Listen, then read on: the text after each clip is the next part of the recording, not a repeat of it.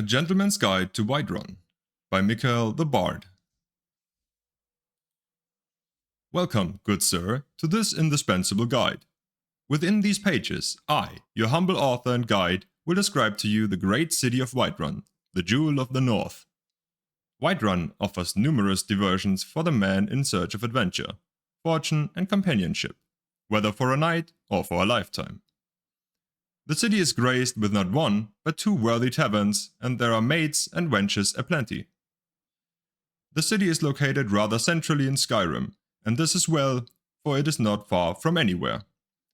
Perched high upon a rocky hill, Whiterun dominates the grassy plains that surround it. High wooden walls protect its denizens from the wolves, mammoths, bandits, and other dangers lurking beyond. When you first enter through the city's main gate, you will find yourself in the Plains District. This is so named because it is the lowest of the city's three neighborhoods. But here can be found the Bannered Mare, which I count among the finest taverns in all Skyrim. The scenery within is quite compelling, if you have an eye for the fairer sex. A stout lass named Hulda tends the bar. Don't let that stony Nord exterior fool you, for she is possessed of that same fiery passion that all Nord women try so hard to conceal. Zardia, the barmaid, is an exotic Redguard beauty. She is quite mysterious, and your humble author is determined to learn her secrets. Outside the Bannered Mare is a modest marketplace, and here is where I found true love.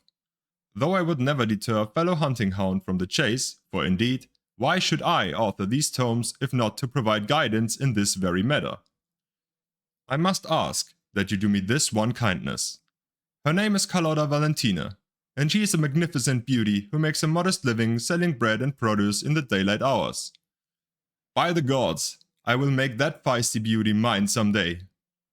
And of course, there are other services to be found in the Plains District.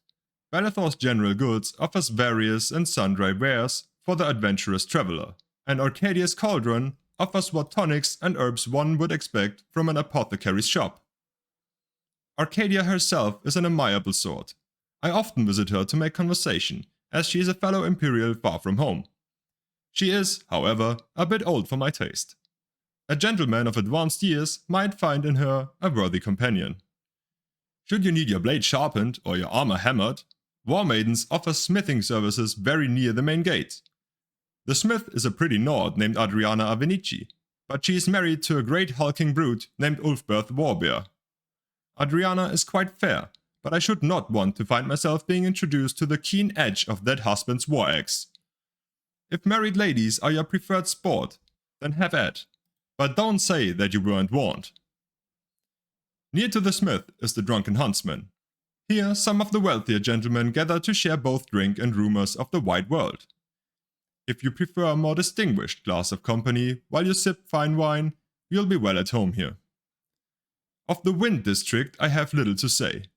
Most of the buildings in this second tier of the city are residences, though there is also a temple of Kynareth, and Jorvaskr, the mead hall of the companions. There are some intriguing prospects to be found in the mead hall, should you favor a strong and fearless warrior woman. You'll find little game at the temple, however. The priestess, Danica Purespring, is interested almost exclusively in spiritual matters. At last, we come to the Cloud District, exclusive domain of the Jarl's castle. I've had some merry adventurers within the stone walls of Dragon's Reach, let me tell you. The serving girls are most easily impressed by a well-spoken Imperial. After all, the nights in Skyrim do grow quite cold, if you take my meaning. And I will not deny that I have visited the town's jail once or twice, which can be found in the lower levels of the palace. As for the Jarl and his court, take pains to avoid them. I find that they lack any sense of humor or appreciation for the Imperial culture. Besides which, they are all wealthy men, and so must be viewed as your most serious competition. The Nords are simple folk, after all, and too easily swayed by the sight of fine clothes and a purse full of septims.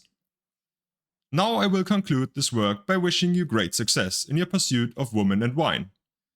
Spare a moment in your revels to think of me, your humble author, and the risks I have taken to bring you this most thorough report on all things of interest to the discerning gentleman in the grand city of Whiterun.